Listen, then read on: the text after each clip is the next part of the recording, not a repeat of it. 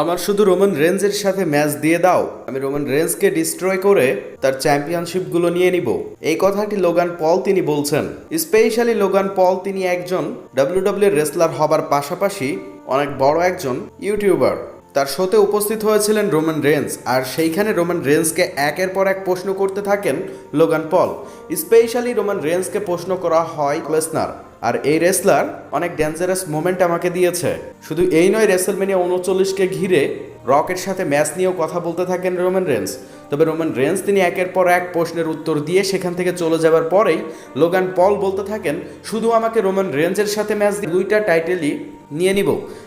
অর্থাৎ বলা যাচ্ছে যে লোগান পল তিনি তার শোয়ে রোমান রেঞ্জ চলে যাওয়ার পরেই রোমান রেঞ্জকে চ্যালেঞ্জ করে দিচ্ছেন, এবং তিনি বলছেন যখনই আমি টিভি স্ক্রিনে রোমান রেঞ্জকে দেখি তখনই আমি ভাবি রোমান রেঞ্জের বিরুদ্ধে আমার ম্যাচ হওয়া দরকার এবং রোমান রেঞ্জকে আমি ডিস্ট্রয় করতে পারবো, রোমান রেঞ্জকে আমি হারাতে পারবো, এমন কিছু বলেই কিন্তু বারবার চ্যালেঞ্জ করছিলেন লোগান পল।